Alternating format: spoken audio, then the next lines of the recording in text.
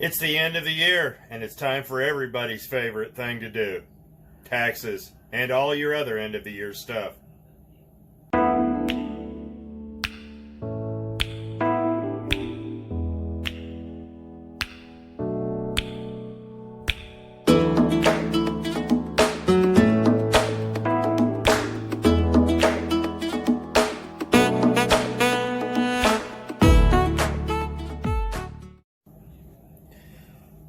The end of the year is rather important for an owner-operator. We have to get everything in order and get it all ready to take to the tax accountant. I'm going to show you kind of a guide. This is not tax advice. I'm not a tax man. That's why I have a tax accountant. I talked about showing you some real numbers between mileage and percentage, and I can do that this year. So I'm going to just try to put together a guide and try to give you a little hands up. Like I said, I'm not an accountant, so let's get going. First thing is, you need a good place to put all this stuff together. I'm going to have to do some cleaning real quick and get this all cleaned up because I thought about just dumping it on the floor, but that won't work. So let me get this cleaned off and we'll get going. I've got my 70s Formica table cleaned off. Now let's start laying things out. Now as we go over this, you're going to notice that I do a lot of things redundantly. I don't have a computer to really do all this stuff on. A lot of this stuff can be digitized, but I prefer to put it all on paper. That's just the way I do. It'll be easier to show, but you can also do this with a good spreadsheet. But I like paper, and I'll tell you why. The neat thing about paper is that you have a hard copy of everything. And truthfully, it does take up a bit of space. But if you're audited, you're going to need all these things. And it's easier to have it all on paper and have a hard copy, even if you have a digital copy of it, because paper's permanent. If you lose your digital copy, you lose everything. But if you have a redundant system, you have multiple copies of the same thing. And for me, I like that assurance. So, like I said, it's one of those things. I'm a little weird like that, but I like paper. But there's nothing wrong with having a good spreadsheet. Just make sure you have a good permanent copy of all your records. Now that I've got my glasses, let's get started. Just kidding, I hate those things. The first thing you're going to need is you need your pay statements. So you have all your pay statements. That's a great place to start. Got all those copied out. But there's something else you need too. And it goes along with your pay statements. It's your trip statements. As you see here, I have all of my trip statements copied off. And they are all right here. Now, why did I go ahead and I copy my trip statements and my pay statements? This goes back to redundancy, and this will help you with your taxes. You need all your trip statements here so you can check them against what you've been paid for. Because there's been times where there has been an error in an accounting and you haven't been paid for it, or you've been paid twice for it. Now, if you've been paid twice for it, do the right thing and tell them, because they will eventually find out. So I run all my trip statements against my pay statements. Now, reason I print them all out, like I said, I like a hard copy. But I also will tend to write things down in my little notebook right here. I have bunches of these. This goes back years before the internet and all that. And the reason I wrote it down was because I could put I put all my load numbers on here, and I can take this inside. You know, these are all online, and sometimes digging through the phone, it can be a real pain. So I guess got it written down on a piece of paper. I can walk in, and there's times I just hand them the piece of paper. But that's just something I do. It just makes things a little easier for me.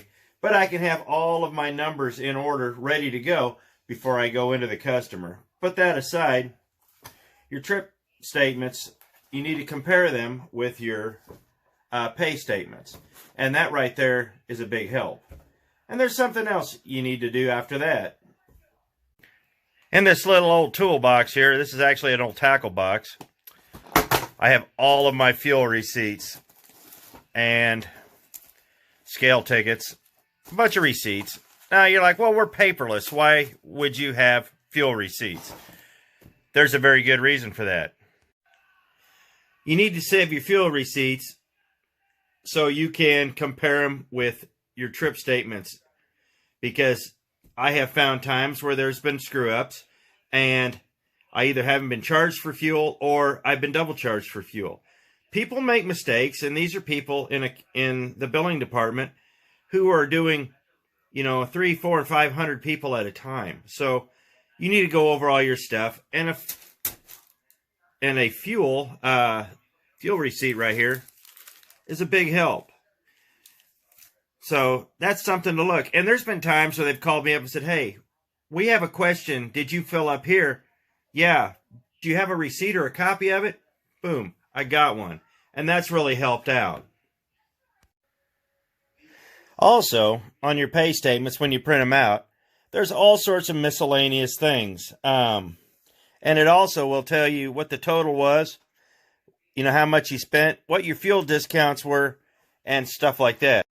And it also has any other miscellaneous items you may have gotten charged for. Whether you need to note them or dispute them, they're here. And that's why I print them out. It's easier to do that and go through them one at a time than,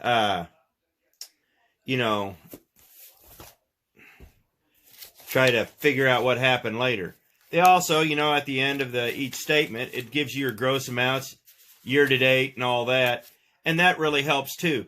Stuff like that, year to date, month to date, and quarterly. That'll help you figure out your quarterly taxes. And you really need to figure those out so you can pay them properly. If you don't pay them properly, you may end up owing a lot of money. Now, you also need to start saving your receipts. Now, for the items that are covered under your per diem, I actually saved every receipt for 1 year and realized that I actually got a better refund claiming my per diem than saving every food receipt I ever had. It was quite significantly different. And so you need to figure out which way is going to work best for you. Per diem is a tricky thing. Like I said, I'm not a tax accountant, but everybody I know that's ever got audited because they were trying to dink with their per diem, or they did it in a way because they didn't understand it. It's important to understand your per diem, get a good round number with your tax attorney or tax accountant, and figure out a plan.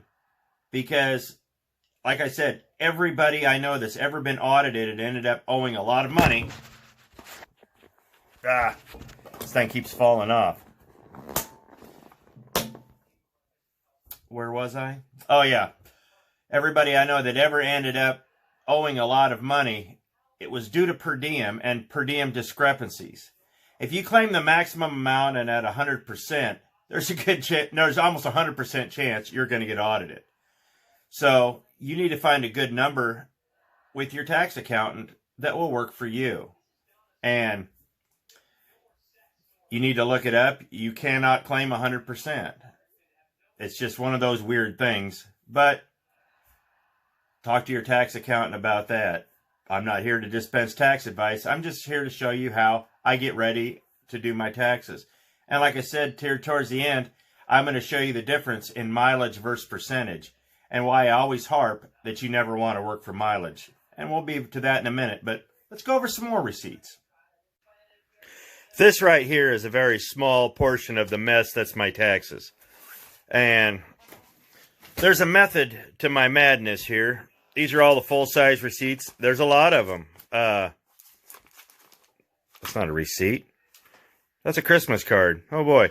But they are repair bills and, getting lubed, lube jobs and maintenance reports and stuff like that. It's important to have all these. It's also important to have them all in order. This looks like a mess, but believe it or not, it's all in order because I do one thing that really helps me. That might look like a mess, but every receipt that I have in this pile and that pile out there is noted. In fact, I note it all in my little ledger here. And the reason I do that is every couple of days, if I get a little extra time, I sit there and I write it down and, you know, write down all my fuel, my discounts. I write down my mileage, what the loads pay, what my fuel surcharge is. All of this whole mess ends up coming together here. This is like a manual spreadsheet. Now, if you do it on a computer, it's a whole lot faster, trust me. But I need to, one of these days, get with the times and do that. But every receipt in that pile is noted here, all the way down these ledgers. And that helps me add it all up at the end of the year. So I have everything already noted. It's all about organization. The more organized you can make yourself, the better off you're going to be when come tax time. This is a mess. I'm not even going to lie. It's a big mess. But it's an organized mess. And the fact that I have everything noted means I don't have to spend 3 days at home writing everything down or getting things loaded in a computer or scanning. It's already here. So all I have to do is add it up. Now, the easiest way to do would be at the end of the month, add up all your expenses and have all your numbers ready. At the end of the year, it's really easy. I got lazy and didn't do that. I noted everything. I didn't add everything up. But with everything written down here, and I go to add it up, it'll take me 3 hours. Just an afternoon, get it all added up, and I'm golden. Now, as promised, I'm going to show you the difference between working mileage and working percentage. And you're going to see the expenses don't change a whole lot, but the overall pay is very, very different. So let's get started. As you see, my last year working mileage, I had $42,108.24 in fuel. Down here, my first year working percentage, my fuel was $54,782.71. That's after the discount, but I also didn't run as many miles as I did. So, oh yeah, I spent less fuel, but I also ran a whole lot less miles. So as I go down this list, you know, you can really see that everything is pretty comparable. Now, I know that your experience will vary, but the numbers don't lie. That is a total number of $17,579 is what I ultimately ended up making working mileage. This is why I harp on mileage. And this wasn't the first year for that. I look at my 1099 and it was pathetic. It was actually, it was almost worth crying over. I had problems getting mileage. They didn't want the owner-operators there. We were the last guys to get loads. And ultimately, at $1 a mile, plus the national average when all miles run, I ended up making an absolute gross number of $134,992.25. Now, I told you that I had you saw my expense sheets from year to year.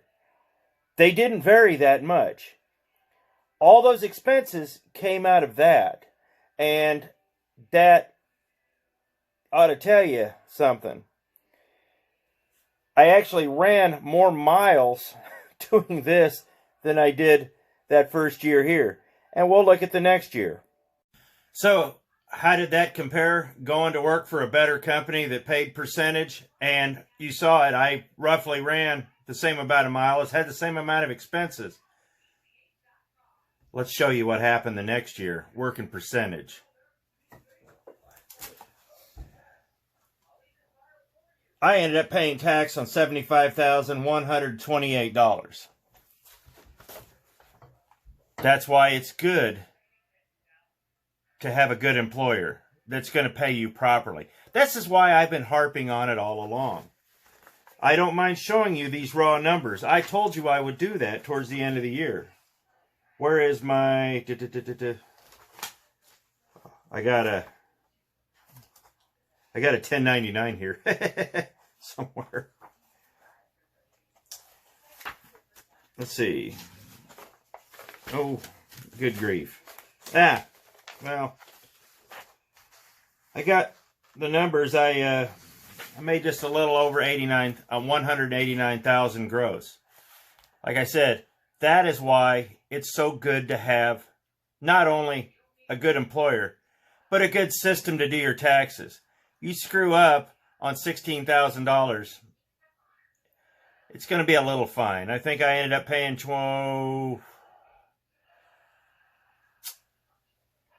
I don't remember what I paid. It was something like $5-6 grand. I'd have to look in taxes that year.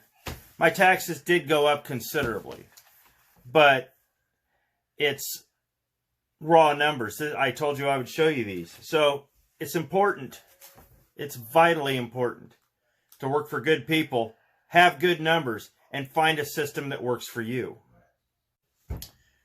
I just found my 1099. It was $185,159.14. This is what, and I only worked 290 days that year. I was only home 3 to 4 days a month on the other one. That ought to tell you everything you need to know. Mileage sucks. So get with good people. But I told you I'd give you raw numbers. Now these numbers, this was for the fiscal year of 2016 when I was running mileage. In 2017, my first year running percentage. And if you're an owner-operator or you have a truck that you're leasing, you need to be working percentage. It's not worth mileage. At the end of the day, you have to find a system that works for you. These right here, these work for me. But these aren't going to work for everybody. If you're computer savvy and you can get everything you need loaded up, downloaded into a spreadsheet, by all means, streamline it. But as an owner-operator or a lease driver, it's going to take a year or two for you to figure out a system that works for you. Identify yourself a good tax man. That helps big. I showed you my process, and I showed you some real numbers. And like I said I would, and I know I keep saying that, but I promised you that I would, so there they were. And that's why I don't work mileage anymore, and that's why I'll probably never work mileage again. But I digress. Find yourself a system. Get yourself a good tax man. And please, please, please, do not let a good friend do it. You want to stay friends. Get yourself a tax man or a good accountant with a good reputation, one that you're not personally invested in, to do your taxes. There's no skin on either of your backs, and there's going to be no hard feelings when you screw up. One of these tax folders back here, no, it's in my filing cabinet. I had a friend do it. She used to work at H&R Block. That should have been my first clue something was wrong. She screwed my taxes so horribly that the state actually refigured them for me, and I got a bigger refund. So the one time it worked in my favor. But I never allowed them to do it again. So just find a system that works for you, and it's going to take a couple years to streamline it. So with that, just be profitable. Try to do things right, and remember to pay your quarterlies. It's better to pay it in little chunks over a period of time than try to come up with a huge chunk at the end of the year, because your second quarter is due on tax day. So, I mean, if you wait till the last minute to pay it, you pay your whole tax burden, and then your quarterlies are due that day. So instead of paying, $14,000, $15,000, you end up turning around having to pay, $25,000, $30,000. That's a lot of money. So, that's where a good tax accountant will come in handy. I just showed you the process. I showed you how I do it. It's not for everybody. Find your own system. Be profitable. And I hope you find something that works for you. So, I appreciate it. Thanks for watching. We'll see you next video.